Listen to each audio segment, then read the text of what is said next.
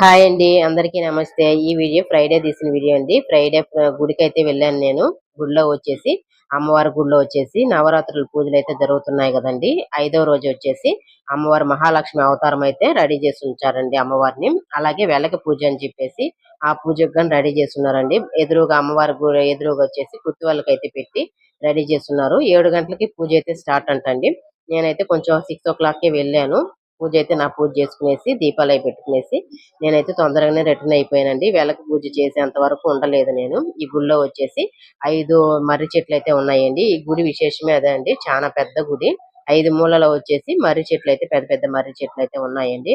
అలాగొచ్చేసి అంజాల మరం గుడి, అలాగే తులకాతేమ్మన్ గుడి అని చెప్పి కూడా అంటారు. చాలా పెద్ద గుడి. మాలలు వేసుకునేసి ఆడి మాసంలో వచ్చేసి అగ్నిగుండం దొక్కుతారండి. నిప్పుల గుండం దొక్కుతారు కదా, ఆడవాళ్ళు గాని మగవాళ్ళు గాని ఒక వారం ముందు గాని మాలలు వేసుకునేసి భక్తితో ఈ కార్యక్రమం అయితే జరుపుతారండి. చాలా బాగా విశేషం అండి ఈ గుడి. అలాగే ఈ స్ట్రీట్లు ఫుల్ గా సంత అయితే వేస్తారండి. ఆడి మాసం 5వ వారంలో కూడా చాలా బాగుంటుంది. వీడియో గాని నచ్చిందంటే ఒక లైక్ ఇచ్చుకోండి. నెక్స్ట్ వీడియో కలుద్దాం. బాయ్.